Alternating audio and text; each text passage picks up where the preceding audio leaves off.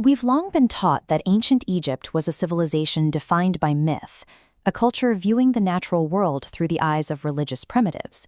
Yet the physical evidence tells a more complex story. Hard-boiled scientific journals have documented cosmic ray readings inside the Great Pyramid that modern physics still struggles to explain. Nikola Tesla was convinced that his own breakthroughs in wireless transmission were a rediscovery of ancient techniques. He didn't see the Egyptians as mystics, he saw them as predecessors. If a pioneer of electrical engineering recognized a technical lineage in these artifacts, we have to consider that we are looking at a record of science we simply haven't learned to read. This alternative framework suggests that Egyptian iconography is actually a functional shorthand for applied physics. The reason this record remains obscure is our lack of a shared frame of reference. Where an Egyptologist sees a stylized lotus flower, an engineer might see a gold induction coil, a literal component rendered in a symbolic language. When we remove the layer of religious interpretation, these relics begin to resemble technical schematics for a civilization that mastered energy without modern materials. To decode this system, we have to evaluate these artifacts by their structural properties rather than their supposed spiritual meanings. The central component of this system is the Djed, or Tet, pillar. In traditional scholarship, this is the spine of Osiris.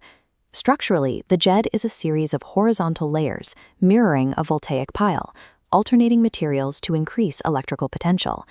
Temple murals often show a cathode rod running vertically through the center, matching the exact internal geometry of a dry cell battery. The chemical drive for this device could have come from iron oxides found in red pigments of the period, or the electrochemical potential of specific plant resins. This makes the Djed the primary wireless power supply for the entire Egyptian technological ecosystem. The Djed is frequently paired with the ankh, acting as a secondary conductor. The ankh's loop functions as a resonance cavity, moderating energy frequency, like a transistor. The long arms ending in hands are transmission lines, linguistically linked to the German Mitter, meaning transmitter. Together, the Djed and ankh combination creates a powerful broadcast unit, capable of directing energy wirelessly across a distance. Mastery of this energy is represented by the tools of the pharaoh, the crossed crook and flail. These aren't just farm tools. The flail symbolizes the force of electricity, specifically electrophoresis, which sorts particles by charge. The crook, used for pulling, represents magnetic flux.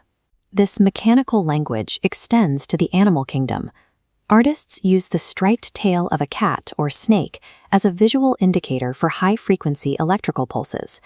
For the most dense physical forces, they utilized the bull, a symbol for the heavy electron, or the muon. These icons served as a technical shorthand. To hold the crook and flail was to demonstrate command over both magnetic and electrical forces. This wireless infrastructure was applied to solve the most pressing needs of the state, from agriculture to construction. Priests wearing leopard skins, an organic material that acts as a natural electrophorus, could direct microcurrents from the Djed into crops. This electrical stimulation of plant cells explains the miraculous growth rates recorded in ancient texts. For construction, they employed the bat staff, a two-pronged device that functions as a mechanical tuning fork. By matching the resonant frequency of a massive stone block, these acoustic tools could neutralize its gravitational weight. It is a mechanical solution for levitation that bypasses the need for massive slave labor forces. Within this framework, the gods lose their divinity.